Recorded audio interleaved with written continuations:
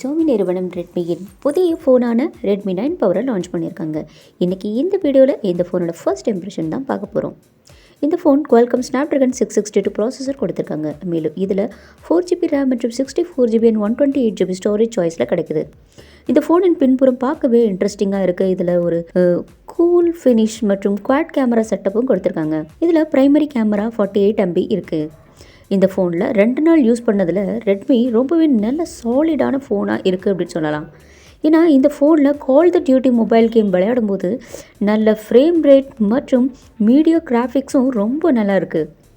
இந்த phone text மற்றும் ஃபோட்டோக்குமே சிறப்பாக இருக்குது. மேலும் இந்த ஃபோனில் எந்த டெக்ஸ்ட் செய்யும் போதும் அல்லது தேர்ட் பார்ட்டி யூஸ் பண்ணும்போது எந்த ஒரு லேக்குமே இல்லை. இந்த ஃபோனில் ஃபோட்டோ எடுக்கிறதுக்கு பற்றி பேசினா இதில் ரொம்ப சிம்பிளாக இன்டர்ஃபேஸ், மேலும் இதில் ஈஸியாக நார்மல் மோட்லேருந்து மாற முடியும். நார்மல் மோட்லேருந்து ப்ரோ மோட் போகலாம்.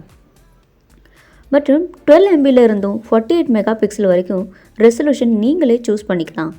கடைசியாக இந்த ஃபோனின் டிஸ்பிளே பற்றி பேசையில் இதில் 6.53 இன்ச் கொண்ட IPS LCD பேனல் கொடுத்துருக்காங்க.